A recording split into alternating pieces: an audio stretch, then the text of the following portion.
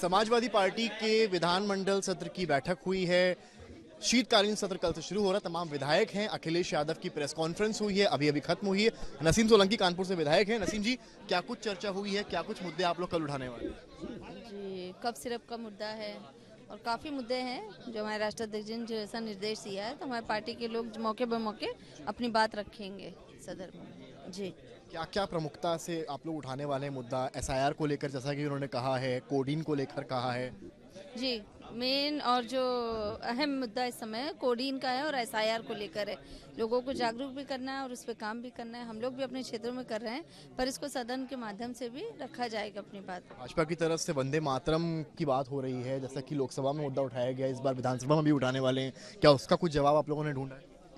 अब जो भी मौके मिलेंगे कल बोला जाएगा। बाकी राष्ट्राध्यक्ष जी ने हमें जैसा निर्देश दिया है कि तिरंगा नहीं है, वो एक ही रंग का उनका है, तो उन्होंने कभी तिरंगा तो लगाया नहीं, तो उनको उनके महत्व भी नहीं पता है। बाकी मौके पे मौके हम लोग अपनी बात रखें। पहला सत्र होगा आपका जब इरफान सोलंकी भी मुझे लगता है पहुंचेंगे, ये कैसे अनुभूति है? अच्छा है, बहुत अच्छा है। इंतजार था इस चीज़ का। आप साथ आएंगे तो थोड़ी मजबूती मिलेगी। जी बिल्कुल। नसीम सोलंकी को सुन रहे हैं। तमाम और विधायक देखिए पीछे हमारे साथ मौजूद हैं। इन लोगों से बात तमाम लोगों से करेंगे। क्या कुछ मुद्दे रहे हैं, क्या कुछ आप लोग इस बार मुद्दे उठाने वाले हैं विधानसभा में? अभी माननीय राष्ट्राध्यक्ष जी ने भी पीसी की है, उसमें कोडीन वाला भी होगा, खाद का होगा, बेरोजगारी का होगा, एसआईआर का होगा।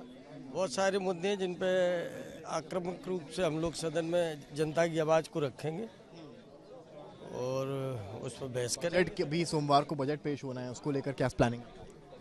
अब बजट तो वो अनुपूरक बजट के लिए तो सदन लिए लाई है, लेकिन हमें जो जनता के मुद्दे हैं वो जनता के मुद्दे हम पटल पर रखेंगे। तो हम और विधायकों से हम बात करने की कोशिश करेंगे। आपको इस तरफ ले चलते हैं। अखिलेश यादव की तस्वीर दिखा दीजिए। प्रेस कॉन्फ्रेंस अभी अभी खत्म हुई है और मुखातिब होने के बाद यहाँ से निकले हैं। अपने विधायकों को तमाम चीज़ें बताई हैं, कही हैं कि क्या कुछ इस पूरे मामलात में करना है। देखिए कल जो है शोक होगा, तो कल विधानसभा बहुत चलेगी नहीं और फिर शनिवार और रविवार यानी कि 2 दिन का अवकाश होने वाला है। इसके चलते अन्य क्या चीज़ें होंगी वो हम विधायकों से समझेंगे, थोड़ा बातचीत करेंगे, क्योंकि एक बड़ा सत्र होने वाला है। बीजेपी वंदे मातरम के इस मुद्दे को उठाने वाली है विधानसभा में इस बार, तो वहीं समाजवादी पार्टी इस बार जो है वो खाद के मसले को उठाने वाली है और एसआईआर को लेकर उठाने वाली है। उसमें क्या कुछ प्लानिंग इनकी रहेगी वो भी हमें समझना होगा। कुछ और विधायक हमारे साथ इस वक्त जो है यहाँ मौजूद हैं, उनसे बात करेंगे और तस्वीरें हम आपको दिखा रहे हैं कि रविदास मल्होत्रा जी हमारे साथ हैं। रविदास जी, जरा बताइए कि किस तरीके से आप लोगों की प्लानिंग हुई है विधानमंडल दल को लेकर, क्या कुछ करने वाले हैं, क्या कुछ? विधानसभा का कार्य दिवस कुल 3 दिन का है, 22, 23, 24। 22 तारीख को वंदे मातरम गीत होगा। हम लोगों ने मांग करी है कि वंदे मातरम का समय बढ़ाया जाए ताकि सब लोग इसमें चर्चा में भाग लें। वंदे मातरम गीत जो क्रांतिकारियों ने गाया था, जो स्वतंत्रता संग्राम की लड़ाई लड़ रहे थे, उस समय आरएसएस और बीजेपी का कोई नेता वंदे मातरम गीत गाकर जेल नहीं गया। दूसरी बात यह है कि 25 करोड़ का प्रदेश है, तमाम समस्याओं से घिरा है। 2-3 दिन के अंदर सभी समस्याओं को हम लोग रख नहीं पाएंगे। सरकार चर्चा से भाग रही है, उसके पास जनता के सवालों का जवाब नहीं है, इसलिए कार्य दिवस बहुत कम करने का काम किया है। आइए और लोगों से बात कर लेते हैं और विधायकों से भी बात यहाँ कर लेते हैं। देखिए यहाँ पर मौजूद हैं तमाम समाजवादी पार्टी के विधायक हैं। यहाँ पर देखिए मंत्रणा भी चल रही है, बैठकें भी चल रही हैं। तस्वीरें आपको हम ग्राउंड जीरो से दिखा रहे हैं कि किस तरीके से यहाँ पर जो विधायक हैं वो रागिनी सोनकर जी भी मौजूद है। रागिनी जी, बड़ी अहम बैठक हुई है, क्या कुछ निर्देश मिले हैं, क्या कुछ कल होने वाला है?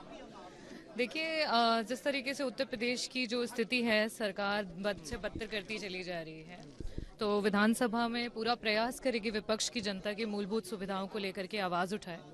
स्वास्थ्य की स्थिति जो है, आज पहले मुख्यमंत्री विवेकाधीन कोष से इलाज के लिए 5 लाख तक की मदद मिल जाया करती थी समाजवादी सरकार में, उसको आधा किया था इस सरकार ने और आज का ये रेट है कि आज ये स्थिति है कि आज जस्ट 50,000 रुपीज़ जो है वो फैमिलीज़ को मिल रही है।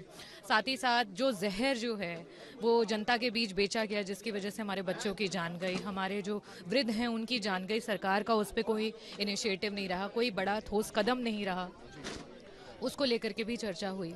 अभी लेखपाल की भर्ती आ रही है, लेखपाल की भर्ती में जिस तरीके से जो आरक्षण है उस पे सरकार ने 771 सीट्स हैं जो ओबीसी कैटेगरी में आनी चाहिए और उन सीट्स को जो है उन्हें नहीं दिया गया है। ये भी अपने स्तर पे एक बहुत बड़ा घोटाला है। मातरम का मुद्दा बीजेपी के विधायक ही कह रहे हैं कि वो एक प्रमुखता से उठाएंगे लोकसभा में, आपने देखा, उसका जवाब कुछ सोचा है आप लोगों ने?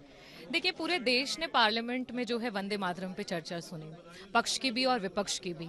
आज सरकार के पास, डबल इंजन की सरकार के पास, वंदे मातरम पे बोलने के लिए कुछ भी नहीं बचा है।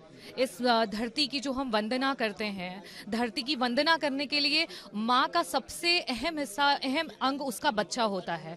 आज हमारे युवाओं के पास नौकरी नहीं है, आज हमारे पास क्वालिटी ऑफ एजुकेशन नहीं है, आज हमारे पास हेल्थ नहीं है, आज हमारी महिलाएं सुरक्षित नहीं है। आए दिन हमारी महिलाएं जो है यौन शोषण का शिकार हो रही हैं। आज हमारा जो दलित समाज है आए दिन जो है मौत की घाट उतर रहा है। तो ऐसी सरकार वंदे मातरम पे क्या चर्चा करेगी?